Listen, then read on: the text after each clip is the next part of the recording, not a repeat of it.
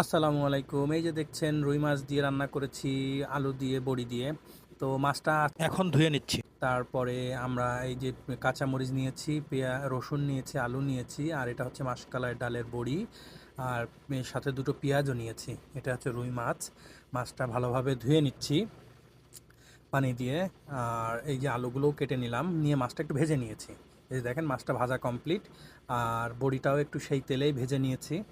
তারপরে এখানে সমস্ত রকম পেঁয়াজ রসুন আর সরিষা দিয়ে আপনার পেস্ট করে নিয়েছিলাম, সেটা আলুর সাথে একটু কষিয়ে নিলাম, নিয়ে এখন পানি দিয়ে দিয়েছি। এটা জাল উঠবে, এর মাঝে আমার ভাতটাও রান্না করা হয়ে গেছে। ভাতটা ঝরিয়ে নিয়েছি, ঝরঝরে সাদা লম্বা চালের ভাত। দেখছেন না কি সুন্দর ফ্রেশ। আর এখানে এই যে দেখেন তরকারিটাতে আমি পানি দিয়েছিলাম, এখন এটা ফুটে উঠেছে। তো আশা করা যায় কিছুক্ষণের ভিতরে আমার তরকারি হয়ে যাবে। কে কে এই ধরনের তরকারি খেতে ভালোবাসেন কমেন্টস করে জানায়েন। এখন এই যে দেখেন আমরা খেতে বসছি। প্রবাসী জীবন ভাই, নিজেদের রান্না নিজেদের করে খেতে হয়। যখন যা পাই তখন তাই রান্না করি।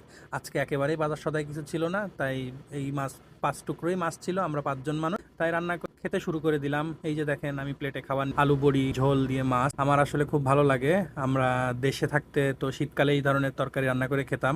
আজ তরি তরকারি কিছুই ছিল না, তাই এভাবেই সবাই ভালো থাকবেন, ধন্যবাদ।